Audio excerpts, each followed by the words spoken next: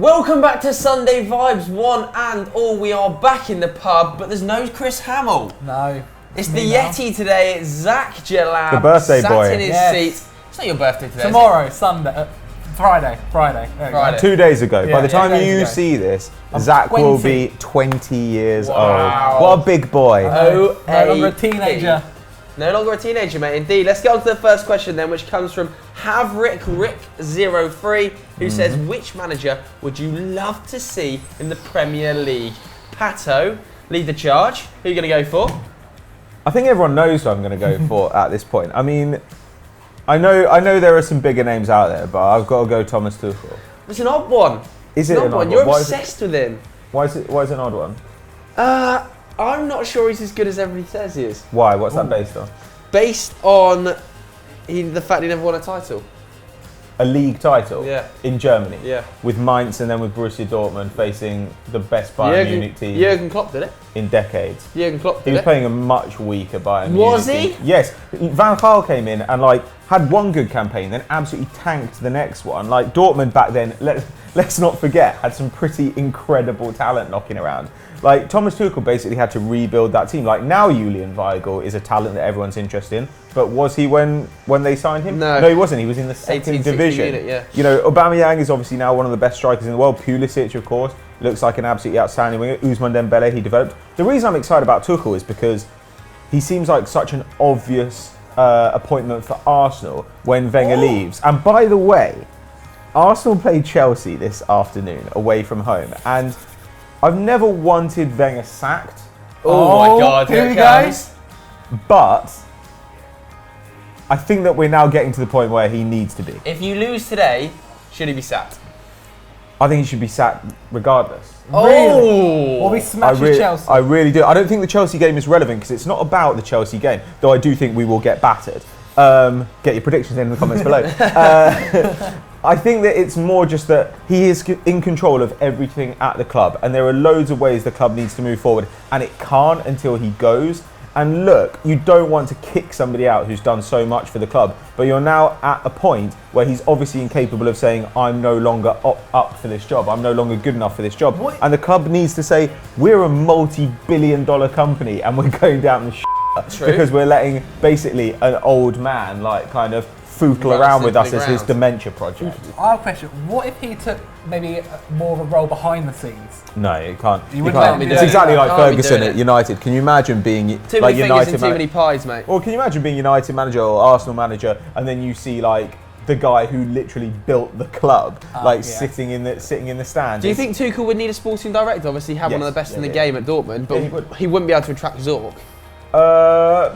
It depends. Arsenal do still have an awful lot of money. I don't think you necessarily get Zorc, but there are loads of good sporting directors knocking around. You know, Ralf Rangnick at Leipzig for one.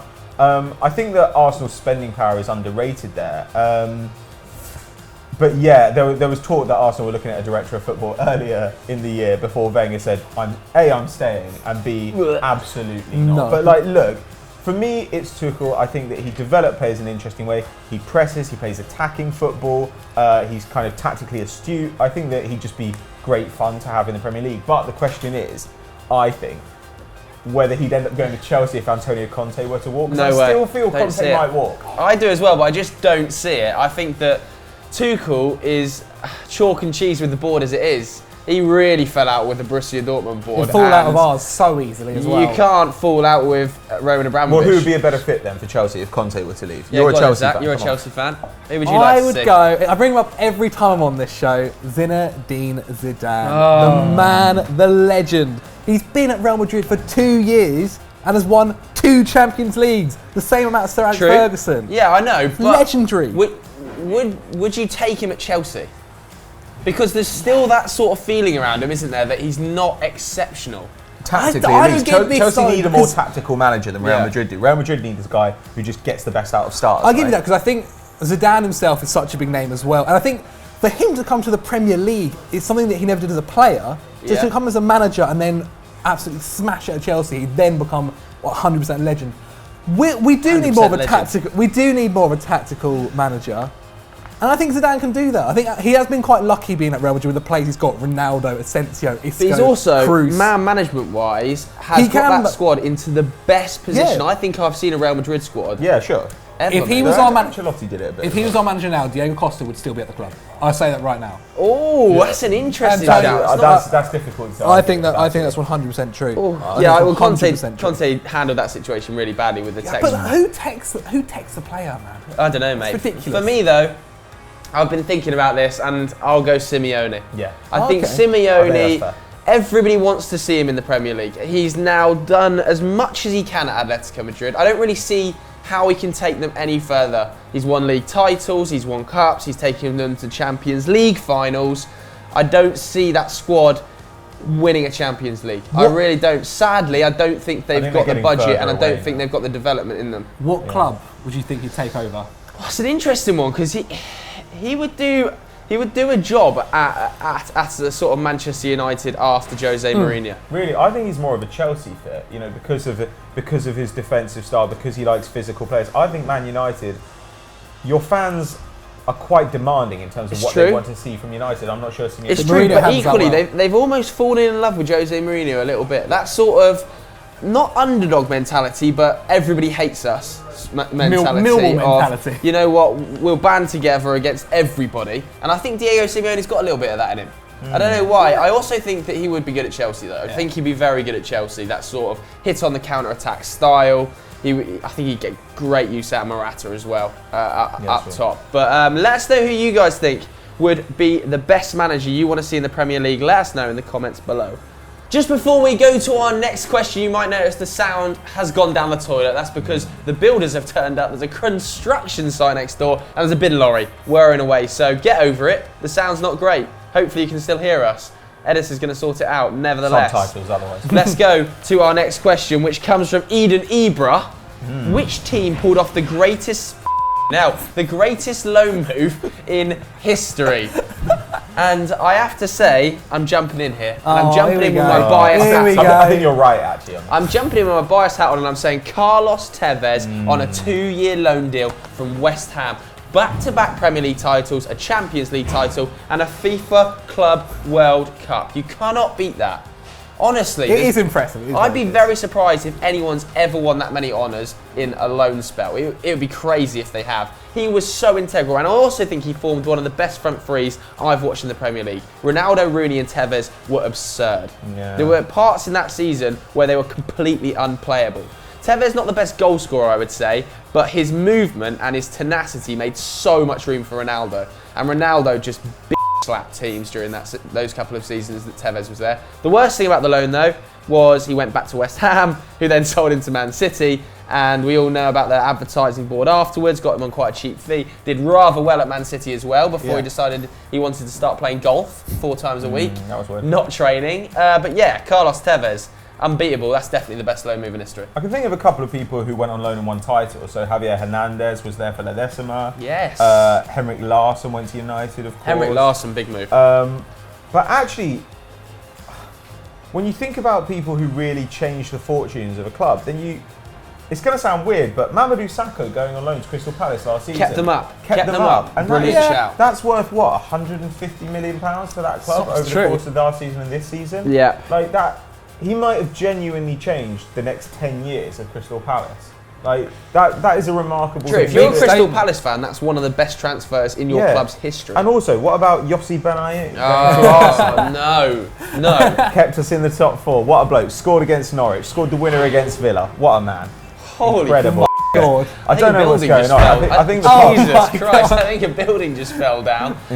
Zach, what's your loan move? Again, it's not the star-studded names of Tevez, but for West Brom, Romelu Lukaku was a great signing on loan. The man got 17 goals in 35 league appearances for them.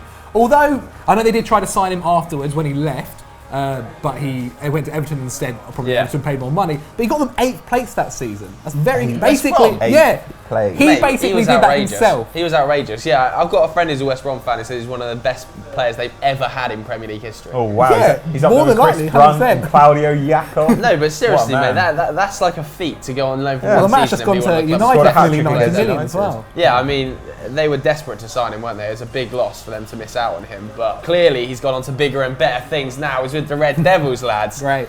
But anyway, let us know who you guys think is the best loan move of all time in the comments below.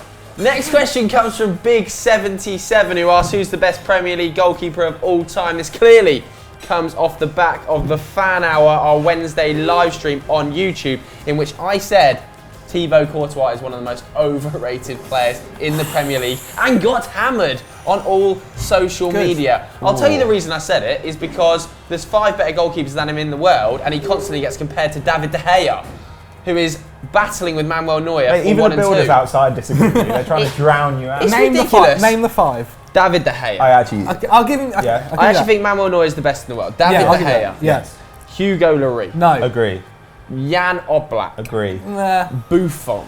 Agree. Yeah, I think he's top 5, so even though. if you think he's level with Hugo Lloris, he's 5th best goalkeeper in the world. David De Gea is pushing for 1. Why are people on my Twitter telling me he's as good as David De Gea? I agree with that. He may not be as good because he is fair to his own. He makes a couple of mistakes every now and again. A couple of mistakes every now and then. Yeah, every now and again. But he does pull off some basically match-saving saves to Chelsea. And at the end of the day, that is what you need your keeper to do. Yeah, but all keepers do that. Like, All I've seen keepers do that. Fabianski do that. Like, what always happens with the Courtois thing now is people are just like, oh, we got so many clean sheets last season. You know what's the biggest factor in clean sheets? It's not the goalkeeper. The goalkeeper's involved, but it's the defence as a whole. Chelsea had an amazing defence last season. They conceded like 9 shots a game. Agreed. And about 2 or 3 of those were on target. That's not a lot of saves that he has to make, and they're all from distance. And I'll be honest, the best goalkeepers in the world, the barometer of their quality is not match-winning saves. They all make match-winning saves. It's consistency. Yeah, he consistently does makes that, the in my best opinion. goalkeepers in the world, but he also consistently makes errors. That is the issue. Makes no errors. Manuel Neuer makes no errors. Courtois was better at Atletico Madrid than he is at Chelsea.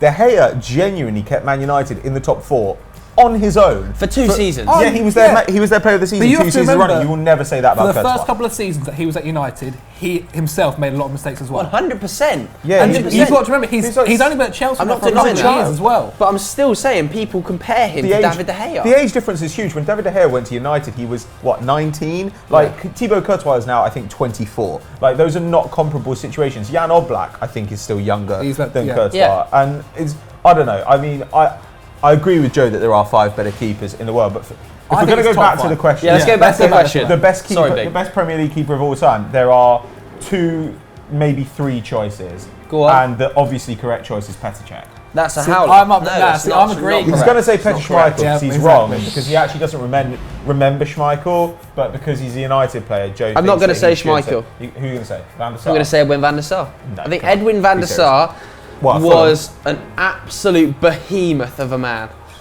What a player, what a leader he was. No. Petr Cech, don't get me wrong. Nothing like Petr Cech. Very good goalkeeper, but for the last 3 to 4 years has been very average. Yeah, Petr Cech is now an old man, but now like he's his peak was longer and better than any other goalkeeper in Premier League history. At Chelsea, even when he was at Chelsea, I loved him. And I hate Chelsea more than any other club in the world. He was kept more clean sheets than anyone in Premier League history. Like I've just said, obviously that's to do with Chelsea having a good defence. But Petr Cech was just reliable, stable, no doubt. organised that team. Even at Arsenal, he still tries to organise a basically impossible to organise defence. True. He's the best in Premier League history. The best of all time is Gigi Buffon. He did also win Chelsea the Champions League as well with that save against. That's a great. Yeah, that's a great point. But equally, against Barca in the semi, against Bayern in the final, the penalty shootout. That's a great point. Although Edwin van der Sar also saved 2 penalties in Man United's 2008 Champions League win in Moscow. I think they're both great shots, and I agree with Pat on Cech because I think there's a bit of Chelsea because you're biased there. and you're a Chelsea I fan. agree with that. But as you said, the consistency over the years since the second he got there, he was good. When he left Chelsea, obviously now at Arsenal, he's not as the best, not as good. He won the Golden Glove in his first season at Chelsea. Yeah, I mean, you have to look at Peter Schmeichel's back end of his career at the likes of Aston Villa, where he was slightly questionable. So whether or not that tarnished his reputation, does Petr Cech's time at Arsenal tarnish his? Edwin van der Sar's was never tarnished. That's my argument. Well, that was big at Fulham. No, he was exceptional at Fulham. Oh, great. I do think that if Buffon came to the Premier League, that's the answer there. Well, no. Buffon's the greatest of all time. There's no 100%. doubt. Yeah, you can't. If you what do you mean if he came to the Premier League now? If he showed yeah, up? even now, No, I think now he would be great. No, you've got to rate people. No. If you're saying the best Premier League goalkeeper of all time, you don't mean the best Premier League goalkeeper, the best one who just happened to play in the Premier League. No. So, for instance, like George Weah is one of the greatest strikers of all time, but he wasn't one of the greatest Premier League strikers of all time because he went on loan to Chelsea. Then he was at Man City. Like David De Gea is not one of the not the greatest Premier League goalkeeper of all time. He might well be at one point the best, but over that prolonged period, I definitely think it's between Schmeichel, Van der Sar, and Petr Cech. If he sees out his career at United, I think it might be him. Oh, but who do you guys think it is? Vote in the poll up there right now. Our final question of the day comes from Tuesday Dalby, who says, who is going to be the next manager to get sacked, and what do you make of the De Boer fiasco? Now, somebody asked us a similar question on the Fan Hour live on Wednesday, and we're all kind of in agreement that the De Boer sack was a little bit harsh. Are we, Pat? What did you make of the situation? They were saying before he got sacked that he'd had that last game to try and change their mind. Yeah. If you're a club and you're saying to a manager, you've got one more game to change your mind, you're an idiot. You should just sack that manager now because you've already made up your mind. Yes. What they did is they brought in a possession coach into a team built for Pulis, built for Allardyce, not possession managers. And then they were surprised when they had a little bit of a rocky start to the season. It was always going to be like that with De Boer. Like, De Boer wants to defend by keeping the ball rather than just sitting deep and letting the other side have it. So, I don't know. I think he was shafted from the start there. Definitely shafted from the start. I think it was really difficult I don't think you can sack any manager, though, until about November. I think it's so hard. If they've come in at the beginning of the season and you sack them within the first/second month, that's it's madness, honestly. Or you at least have got a cop to it being your up. Like they always try and say, oh, he didn't impress us. So they said this time, they said, oh, we held, crisis talks with him, and he didn't really, reassure us. And you're like, well, no. What you should say is, we signed the wrong guy. It was our up. We're going to get somebody in who can steady the ship. But to be honest, when you go and get Roy Hodgson now, then you're like, why don't you just hire Roy Hodgson in the first place? Like, I don't understand it. And also, you should never hire Roy Hodgson. Yeah, let's go to Tuesday's question though. Who do we think is going to be the next man out the door? And I'm going to go, as I did on the live stream, Mauricio Pellegrino at Southampton. Ooh. I don't know whether he is, but he should be hanging by a thread. Honestly, they sacked Claude Puel for not scoring enough goals and not playing attractive enough football. I think that's bull. I think Southampton were really good last season. I do as well, 100%. They should have won the League Cup. The fans weren't happy. The fans were not happy. Exactly. Should have won the League Cup, finished in the top half, but they didn't score enough goals, apparently, to warrant him staying at the club. Bring in Mauricio Pellegrino and move forward 6 months, and they're still not scoring enough goals. They're not winning any games. They're in a worse place. What on earth is going on? I don't think he signed anywhere near good enough strikers in the summer. I don't think Manolo Gabbiadini's good enough. Whoa. I really don't. I don't think Manolo Gabbiadini. You like Gabbiadini. I mean, they have been bad this season, except for Nathan Redmond. They've been legit bad. What's happened to Dusan Tadic? He's fallen off a cliff. Why did they keep Van Dijk if they're just going to pay him in the reserves? What's the point? Take 60 million. Take 60 million. Do not let him rot at under 23 level. I think he played at under 23 level and lost 4-0. I think you're right that Pellegrino is in danger, but I think Paul Clement might beat him to the punch. No, really? At the moment, they're taking fewer shots than any team in the Premier League. They're conceding more shots than any team in the Premier League. They've kind of got the opposite situation to De Boer, which is that De Boer came into a squad that he couldn't really do much with, whereas Clement, they've let him rebuild the entire midfield. He's brought in Klukas, he's brought in Tom Carroll, he's obviously got Renato Sanchez on loan, he's brought in Roque Mesa. They've also invested in Wilfried Bony, and they look dreadful so far this season. Yeah, it's true. You'd have thought that, look, he has a relationship with Carlo Ancelotti at Bayern Munich, and you'd have thought that Ancelotti would have said to him, this is what we tried to do with Renato Sanchez, and it didn't work. Yeah. He wasn't going to adjust to our possession system. And yet, Paul Clement starts Renato Sanchez, who obviously isn't match fit the other day, instead of letting him do what he wants to do, which is run against tired defences. He's saying, I don't know, we're going to use you as our little playmaker in midfield. That is not what Renato Sanchez is. I think it'd be harsh to sack Clement purely because they have actually invested so much money. The opposite can be said of Southampton, didn't invest enough. De Boer didn't invest enough so they can afford to sack him. If they sack Clement now after spending massive amounts and getting the players he wanted in, it's an even bigger fuck up for the board. Yeah, but you'd have also thought that they wouldn't have trouble finding another manager who'd look at that Swansea squad and think, I could do something with this. The problem with them is they don't have any talent in wide areas, really. They haven't, unless they put Jefferson Montero back in, but for some reason he's been out of the squad for ages. Unless they can find that wide talent, they are going to be in trouble. So, the thing to do might be to get a manager like Allardyce, who's going to say, you know what, we're actually going to sit deep, we're going to pack the midfield, we'll defend well, and we'll hit it long to Abraham and Bonner. Well, apparently Allardyce rejected Palace. That was some of the rumours coming out. So they're a bunch of dicks at Palace, whereas I think Swansea have an established style. I think they've got decent players. I don't know. I'd rather manage Swansea. I mean, all of these clubs must now be looking at that Marco Silva move, thinking, Manager, he's full stop. what do you reckon, Zacco? West Ham, the mess that is West Ham. Oh, yes, good shout. Bilic, oh my God. Bilic. I think it all started when he gave Hernandez a 3-year deal on £100 and something thousand pounds a week. £140K a week, yeah. What are you doing? It's madness. It's I ridiculous. mean, not only that, the Joe Hart transfer. Zabaleta, how old is he now? And you've got him, your starting right back. What about Nordfight as well? Like last season, we were looking at Havard Nordfight thinking, this guy's rubbish.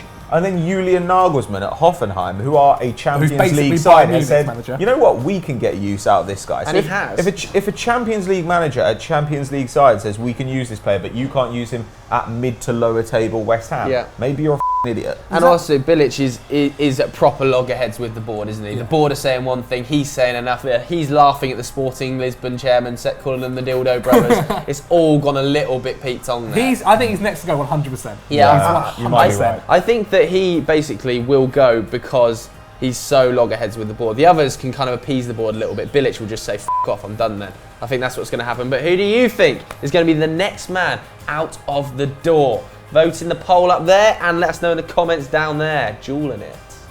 So that's all we've got time for on this episode of Sunday Vibes. But wait there, there's a new channel launching. Pato, tell them all about it. 90+1 Facts is the new channel in the Football Daily family. You can head over to there right now and check out all their videos on topics like Real Madrid, Barcelona, the Champions League, the Premier League. Find out everything you could possibly want to know about your favourite players. We've got Leo Messi coming up, Bayern Munich as well, favourite clubs, and of course your favourite football competitions. Yes. It's absolutely amazing. Seriously, check it out. Yeah, there's a link on screen now and in the description. Thanks so much for watching, and we'll catch you later. Heaviest feet in the world. Right. No.